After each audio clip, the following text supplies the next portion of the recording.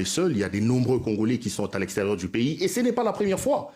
Je voudrais ici rappeler à vos téléspectateurs et à tous ceux qui nous regardent que moi j'ai quitté les Congos en 2022, évidemment parce que Tshisekedi avait décidé d'installer une grande dictature et toutes les voix discordantes qui n'allaient pas dans le sens voulu par le pouvoir étaient soit réduites au silence, soit arrêtées.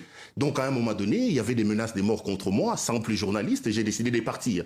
Je suis allé par la Zambie. Ce qu'il a fait aujourd'hui, il a déjà commencé à les faire en 2022. Donc il a envoyé un escadron de la mort mené par le général John Chibangu, le célébrissime John Chibangu que beaucoup de Congolais connaissent.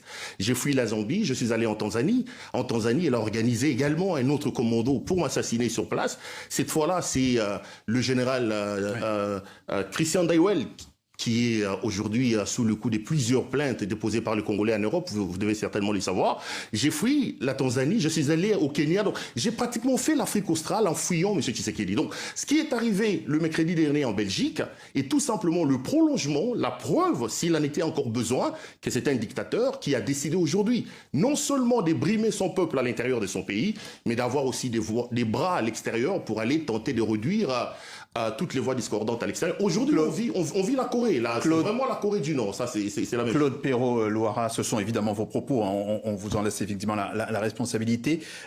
Quelques détails supplémentaires sur cette agression. Quels détails pouvez-vous nous donner ?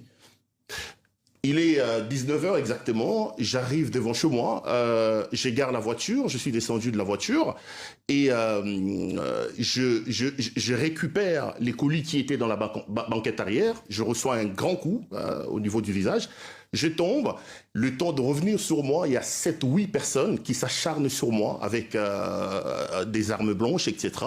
Et je regarde à l'intérieur, je vois quelqu'un qui a un couteau, fort heureusement pour moi, je suis un peu pratiquant de arts martiaux, j'ai réussi à me mettre debout et à fuir, et il y a aussi des voisins qui sont sortis pour me sortir de cette situation. Donc, et aujourd'hui, avec les informations à notre disposition, on se rend effectivement compte que c'est un commando qui est organisé parce que la plupart des gens qui m'ont attaqué sont des gens qui ne vivent pas dans cette région.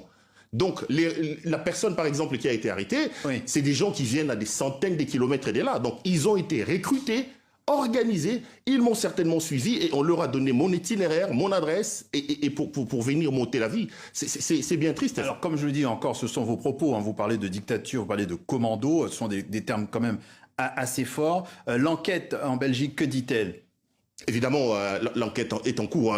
Ne vous gênez pas, ce sont mes propos. Moi, je suis responsable, je les assume totalement et je suis prêt à les démontrer et à les redire 10 000 fois si j'ai l'occasion. Et vous êtes aussi journaliste, vous savez effectivement que nous devons aussi faire attention à ce qui est dit sur l'antenne. Libre à vous. Hein. Les propos qui sont tenus ici n'engagent